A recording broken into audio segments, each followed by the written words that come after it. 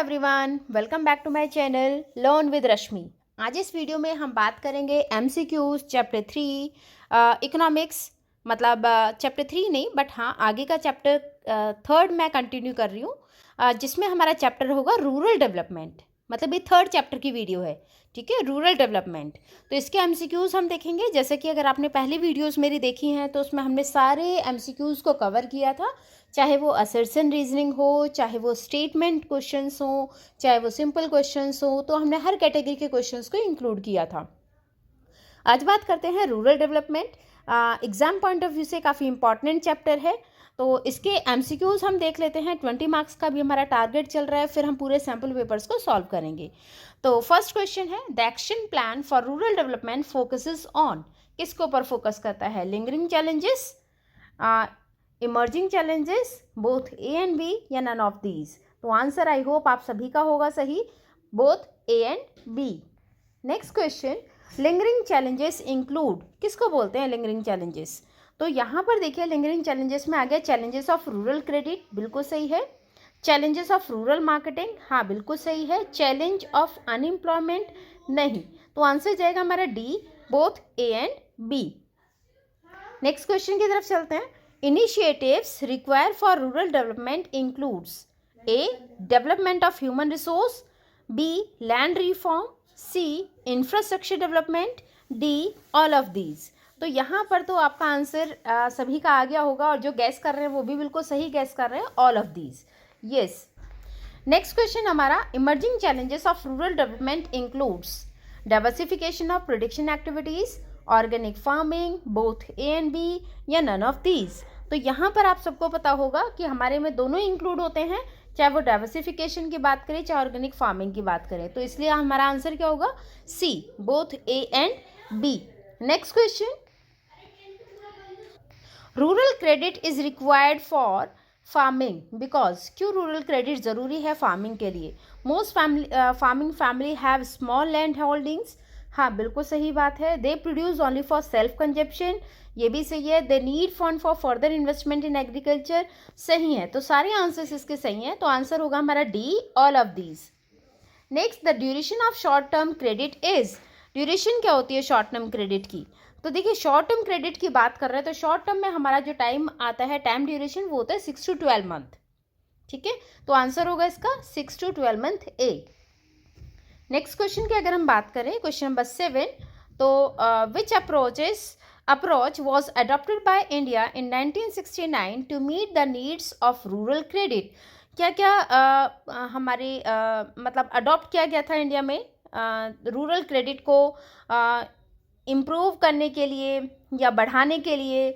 तो social banking शुरू हुए थे, बिल्कुल सही है। मल्टी एजेंसी शुरू की गई थी, yes. Both A and B, तो हाँ दोनों ही अप्रोचेस फॉलो की गई थी रूरल क्रेडिट को बढ़ाने के लिए, ठीक है। Next question, short term credit is required for. क्यों ज़रूरत होती है शॉर्ट टर्म क्रेडिट की? तो देखिए शॉर्ट टर्म क्रेडिट जो फार्मर्स खरीदते हैं वो जनरली सीड्स या फर्टिलाइजर्स के लिए होता है, ठीक है। तो आंसर बी। नेक्स्ट क्वेश्चन हमारा, the duration of medium term credit. अब मीडियम टर्म क्रेडिट की बात कर लेते हैं। तो मीडियम टर्म क्रेडिट देखिए हमारा कितना होता है? हमने शॉर्ट टर्म की बात करी थी 6 to 12 मंथ, तो मीडियम टर्म इससे थोड़ा ऊपर 12 मंथ to 5 years, तो ऑप्शन जाएगा आपका डी। नेक्स्ट क्वेश्चन की बात करते हैं, medium term credit is required for. क्यों ज़रूरत होती है फार्मर्स को मीडियम टर्म क्रेडिट की?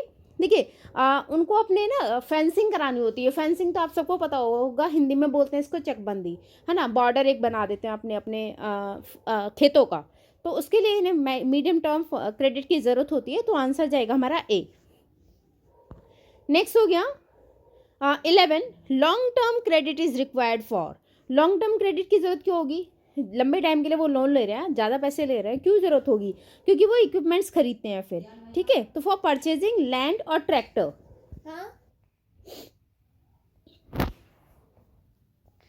तो बोर्ड पॉइंट ऑफ व्यू से हमारे क्वेश्चंस काफ़ी ज़्यादा इंपॉर्टेंट हैं। मैंने आपसे प्रॉमिस किया था कि मैं सैम्पल पेपर्स भी कराऊंगी, तो उसकी आप टेंशन मत लीजिए। मैं सारे केवी के सैम्पल पेपर्स आपको यहाँ सॉल्व कराऊंगी, क्योंकि केवी के sample papers board point of view से इंपॉर्टेंट होते हैं। और कभी कभी आपने बहुत सारे स्कूलों में सुना भी होगा कि केवी के सैम्पल पेपर्स आप सॉल्व करिए, है ना। तो वो केवी के सैम्पल पेपर्स हम यहाँ सॉल्व करेंगे।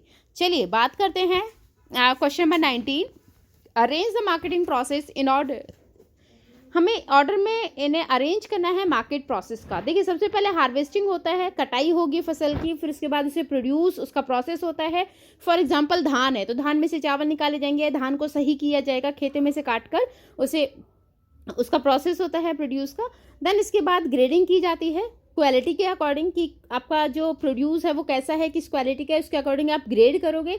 लास्ट में पैकिंग होता है। ठीक है, तो सबसे पहले हो गया हमारा ये सेकेंड पॉइंट हो गया फर्स्ट पर, और फिर हो गया हमारा प्रोसेसिंग द प्रोडक्ट सेकेंड पर। तो देख लीजिए सेकेंड और थर्ड कहाँ जा रहा है, यहीं पर जा रहा है, यहीं से पता चल गया, आगे भी आप चल सकते थे। तो ऑप्शन क्या हो गया हमारा B. Next question number 20, the reason for distress sale is. अब डिस्ट्रेस सेल की रीज़न हमें देखना है कि क्या होता है। Farmers need cash immediate for paying डेब्ट। हाँ ये भी है, क्योंकि सेल जो उन्हें कम रेट पर करनी होती है तो डेब्ट उन्होंने लिया होता है, जिसकी वजह से उन्हें पे करना होता है अमाउंट। हाई स्टोरेज को स्टोर करने में कॉस्ट ज़्यादा लगती है, इसलिए वो जल्दी जल्दी अपनी सेल करते हैं।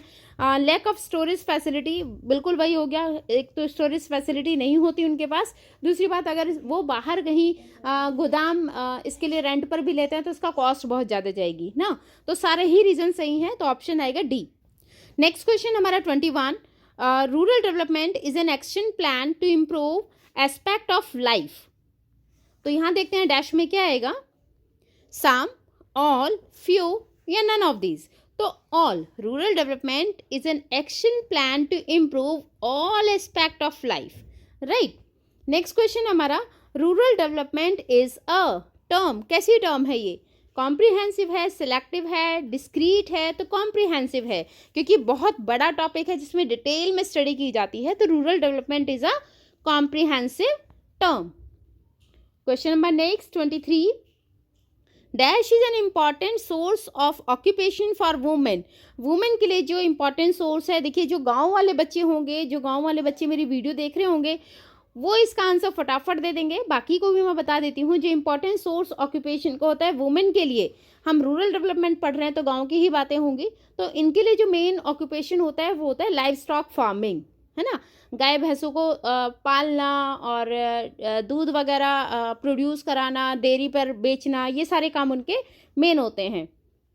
नेक्स्ट हो गया, horticulture contributes of value of agriculture product and dash % GDP of India.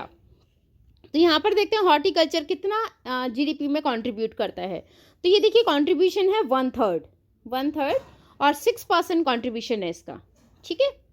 Next question 25, alternative marketing channel helps the farmers in dash their market and dash price risk. तो यहाँ पर आपका क्या जाएगा, यहाँ पर जाएगा आपका एक्सपांडिंग एंड रिड्यूस, तो ऑप्शन ए, ठीक है। Alternative marketing channel helps the farmers in expanding their market, expand करने में हेल्प करते हैं, एंड रिड्यूस प्राइस रिस्क को रिड्यूस करता है। Next question, wide spread indepthness of fishing community makes fishing a vulnerable occupation. तो ये सही है या गलत, बिल्कुल ट्रू है, सही है, तो ऑप्शन ए। नेक्स्ट क्वेश्चन की अगर हम बात करें, dash is an initiative taken by government to improve marketing system. तो यहाँ पर आपका इनिशिएटिव गवर्नमेंट ने लिया है मार्केटिंग सिस्टम को इम्प्रूव करने के लिए। कौन सा इनिशिएटिव है जो गवर्नमेंट ने लिया है, इंटरमीडियरीज नहीं, होलसेल मार्केट नहीं, रेगुलेटेड मार्केट। तो मार्केट रेगुलर प्रोवाइड करती है गवर्नमेंट, तो आंसर जाएगा इसका C. Next question, dash is an assurance to the farmers that their produce would be purchased by the government at specified price। तो यहाँ पर गवर्नमेंट ने जो एक एश्योरेंस दिया हुआ है फार्मर्स को, उसे क्या बोलते हैं, प्राइस का जो एश्योरेंस देते हैं उसे बोलते हैं MSP, मिनिमम सपोर्ट प्राइस, ठीक है। कि इस रेट से कम पर कोई भी चाहे आपकी कंपनी है या आपका परचेजर है, कोई भी आपसे इससे कम रेट पर सामान नहीं खरीदेगा, MSP। Next, at the time of independence, agricultural marketing was almost under the complete control of, किसके कंट्रोल में थी, money lenders, farmers, traders, both B and C, दोनों के ही कंट्रोल में थी, चाहे वो मनी लेंडर की बात करें चाहे वो ट्रेडर की बात करें, इन दोनों के कंट्रोल में थी। रीज़न हम पहले ही पढ़ चुके हैं कि जो डेप्ट वो लेते थे उसे पे करना होता था, जो एडवांस वो ले रहे हैं वो पे करना होता था, जिसमें एक कॉन्ट्रैक्ट साइन हो जाता था फार्मर्स के बीच में और ट्रेडर्स हैं या मनी लेंडर्स के बीच में कि उन्हें क्रॉप उन्हीं को सेल करनी होगी, तो उन्हीं का कंट्रोल था पूरी मार्केट पर। Next question, in the distress sale farmers sell they are produce at dash prices in the market. कौन से प्राइस पर डिस्ट्रेस सेल में फार्मर्स कौन से प्राइस पर मार्केट में सेल कर देते हैं, क्योंकि उन्हें जल्दी स्टॉक निकालना होता है तो कम प्राइस पर सेल कर देते हैं, तो लो पर।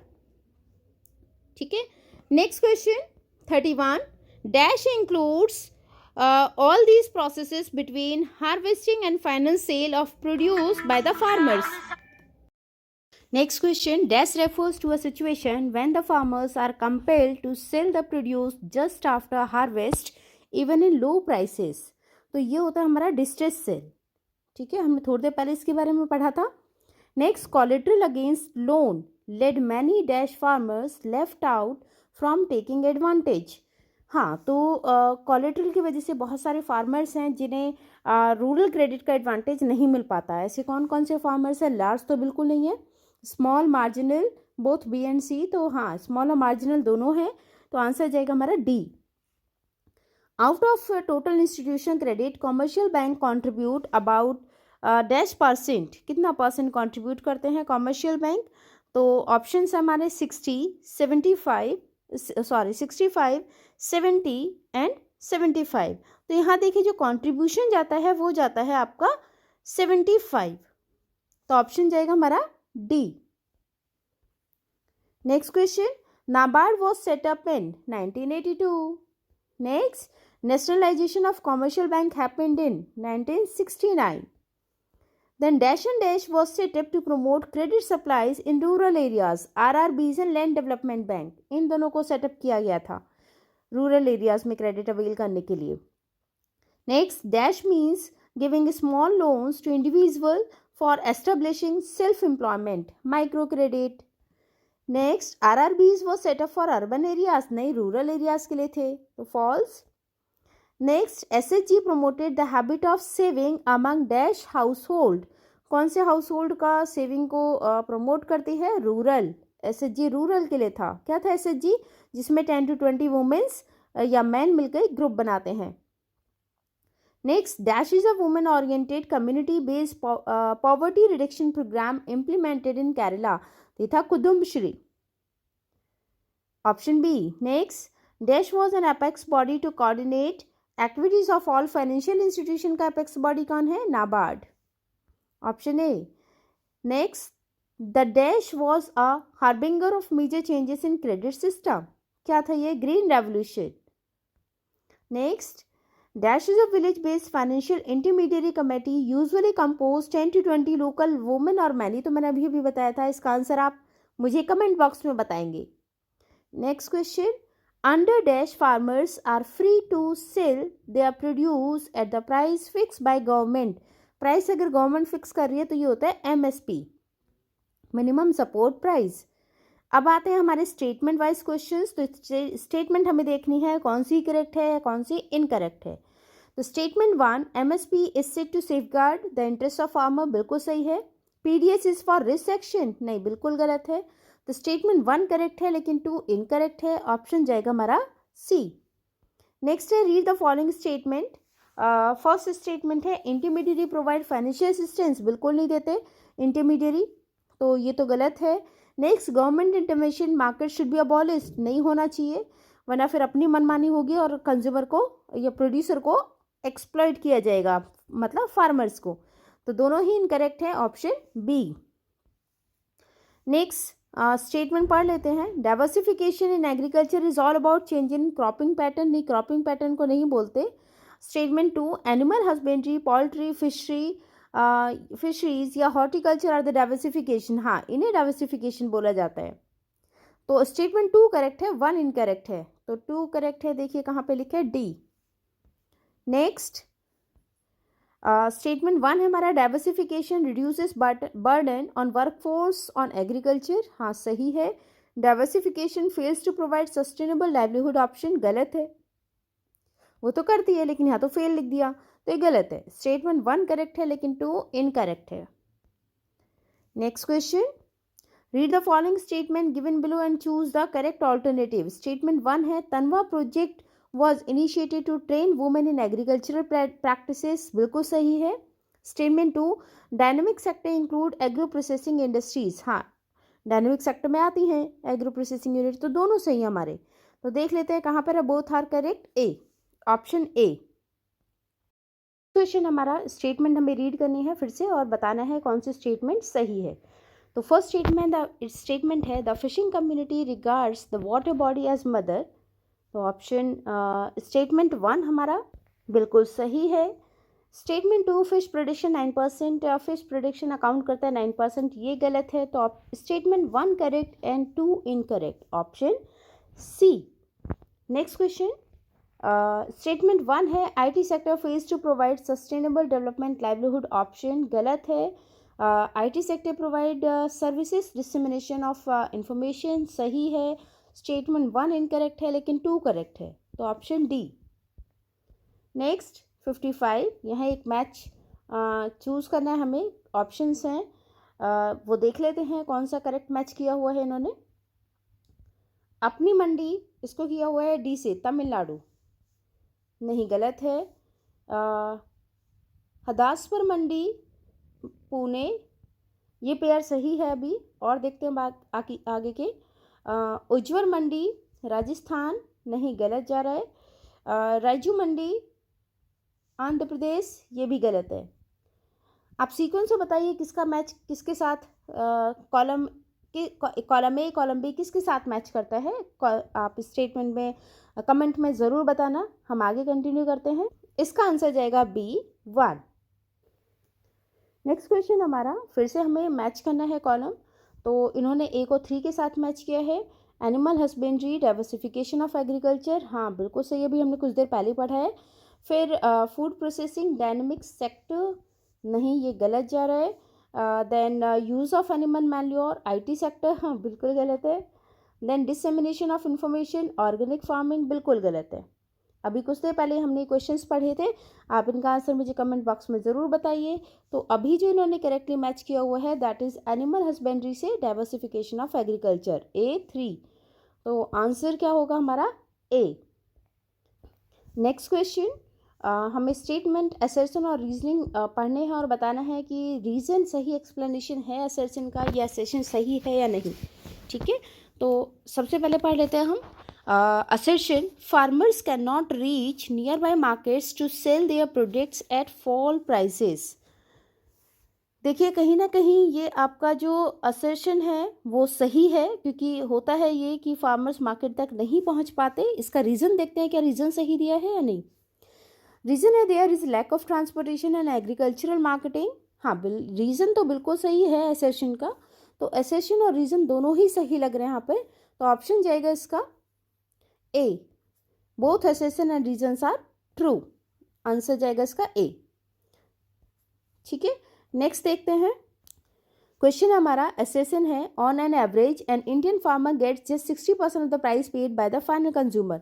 हाँ फाइनल कंज्यूमर जितना भी पे करता है उसका केवल 60% ही कंज्यूमर के फार्मर के पास आ पाता है। रीज़न है इसका क्योंकि मिडिल मैन्स बहुत सारे होते हैं। तो देख लेते हैं इसका रीज़न क्या लिखा है, the multiplicity of middle man causes exploitation of farmer, reason भी बिल्कुल सही दिया है। तो ऑप्शन जाएगा हमारा A, both assertion and reasons are true. Next question, assertion and reason हमें पढ़ना है और बताना है कि क्या हमारा सही है, ठीक है। Livestock sector alone provide alternative livelihood option to over 70 million farmers in India। बिल्कुल सही है क्योंकि मोस्टली फार्मर्स इसी पे डिपेंड करते हैं लाइव स्टॉक पर। इसका रीज़न देखते हैं, live stock production provide increase income, नहीं ये गलत है। असर्शन तो सही है लेकिन रीज़न सही नहीं दिया इनका। तो देख लेते हैं, असर्शन और रीज़न ट्रू है लेकिन अच्छा इसमें नॉट आएगा, not the correct explanation B में। तो ऑप्शन जाएगा इसका B, असर्शन और रीज़न दोनों सही है लेकिन reason is not the correct explanation of assertion, ठीक है, ऑप्शन होगा B। Next, which of the following are the problems faced by agriculture marketing. lack of storage facility, lack of adequate finance, malpractices in unregulated market, all of the above. तो सारी ही problems हमें face करनी पड़ती हैं agricultural marketing में, तो option होगा इसका D. Next question, what are the measures to improve agricultural marketing? Regulation of market, provision if infrastructure, encouragement of cooperating market, all of the above. तो इसका भी सारी ही चीज़ों की जरूरत है, तो ऑल द अबव।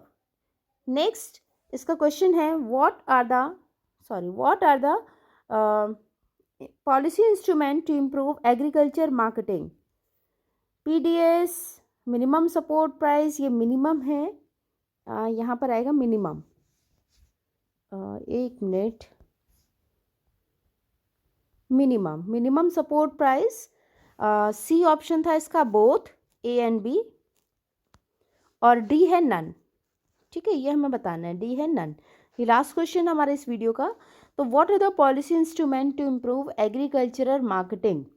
पीडीएस है या मिनिमम सपोर्ट प्राइस है, सी बोथ है, और डी नन। तो देखिए दोनों ही कहीं ना कहीं हमारी एग्रीकल्चरल मार्केटिंग को इम्प्रूव करती हैं, चाहे वो पब्लिक डिस्ट्रीब्यूशन सिस्टम हो, चाहे मिनिमम सपोर्ट प्राइस हो। तो ऑप्शन इसका सही जो होगा वो होगा सी, आंसर होगा इसका सी। दोनों ही हमारे हेल्प करती हैं एग्रीकल्चर को इम्प्रूव करने के लिए। तो ये थे हमारे आज के क्वेश्चंस। हमने 60+ क्वेश्चंस इस वीडियो में देखे, और आई होप इनमें से कुछ क्वेश्चंस आपको बोर्ड में भी देखने को ज़रूर मिलेंगे। तो वीडियो को अपने फ्रेंड्स के साथ, अपने दोस्तों के साथ ज़रूर शेयर करें, ताकि उन सभी के भी 20 मार्क्स पक्के हो जाएं। चैनल पर नए हैं तो चैनल को सब्सक्राइब ज़रूर कर लें। नेक्स्ट वीडियो में हम ये क्वेश्चन सीरीज़ ख़त्म करेंगे एमसीक्यू की, और उसके बाद हम शुरू करेंगे केवी के सैम्पल पेपर्स।